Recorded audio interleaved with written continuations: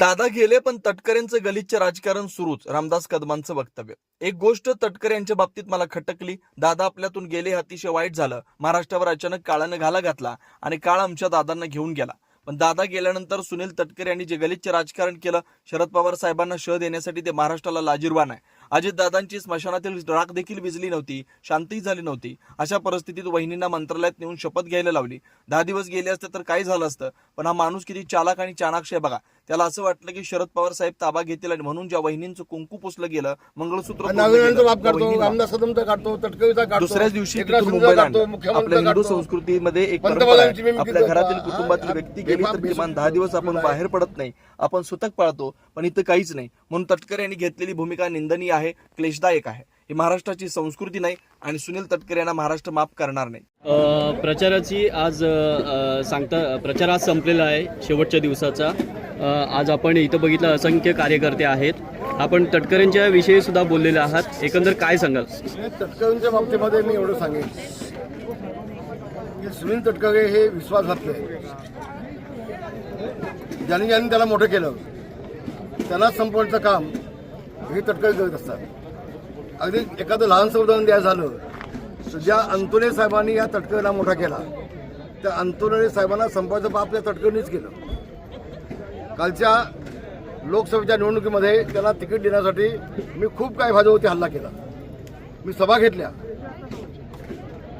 आणि जवळजवळ 20 दिवस त्यांच्यासाठी मी बाहेर पडलो आणि निवडून आणलं त्याला. खेडमध्ये घड्याळावरती आमच्या लोकांनी कधी आतापर्यंत बटन दाबलं नव्हतं. ऐशी आझमत आम्ही त्याला आणि ऐन वेळेला त्यांनी निवडणुकीला आम्हाला धोका दिला आणि त्यांचे जेवढे चिल्ले पिल्ले आहेत त्या तालुक्यामधले, मतदारसंघामधले, मंडणगडचा तालुका पण असू देत, त्यांचा दापोलीचा असू देत किंवा बाबाजी जाधव असू देत, या सगळ्यांनी माझ्या योगेशदादाला पाडण्याचा प्रयत्न केला आणि म्हणून इथी होऊ शकली नाही. तर म्हणून राष्ट्रवादीची इथी झाली नाही. एक गोष्ट तटकरेंच्या वतीमध्ये मला आणखी खटकली. दादा आपल्यातून गेले नाही, अतिशय वाईट झालं. महाराष्ट्राभोवती घाला घातला अचानक काळानं आणि काळ आमच्या दादाने घेऊन गेला. पण दादा गेल्यानंतर सुनील तटकरेंनी जे गलिच्छ राजकारण केलं शरद पवार साहेबांना शह देण्यासाठी, ते महाराष्ट्राला लाजिरवाण आहे. अजितदादांची स्मशानामधली राख देखील विजली नव्हती, शांत झाली नव्हती. असं असताना वहिनींना मंत्रालयामध्ये घेऊन त्यांना शपथ घ्यायला लावलं. त्यांना शपथ घ्यायला का 10 दिवस गेले असतं तर काय झालं असतं. पण हा माणूस किती चाणाक्ष आणि चालाक आहे बघा. त्यांना असं वाटलं की शरद पवारसाहेब ताबा घेतील आणि म्हणून ज्या वहिनींचं कुंकू पुसलं गेलं, मंगळसूत्र गेलं, तोडलं गेलं, त्या वहिनींना दुसऱ्या दिवशी तिथून मुंबईला आणायचं. आपल्या हिंदूमध्ये एक संस्कृती आहे. आपल्या घरचा कुटुंबातला माणूस गेला तर किमान 10 दिवस आपलं बाहेर पडत नाही, आपण सुतक पाळतो.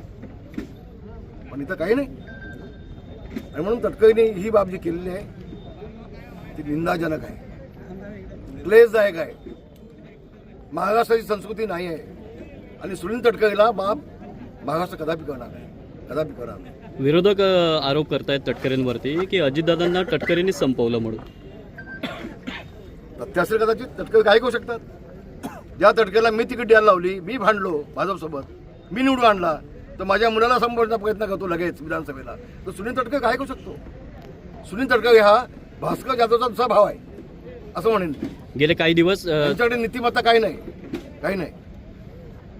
गेले काही दिवस आपण बघतोय दैनिकांमध्ये दापोली मतदारसंघ प्रामुख्याने सोशल मीडियावरती चर्चेचा बनलेला आहे.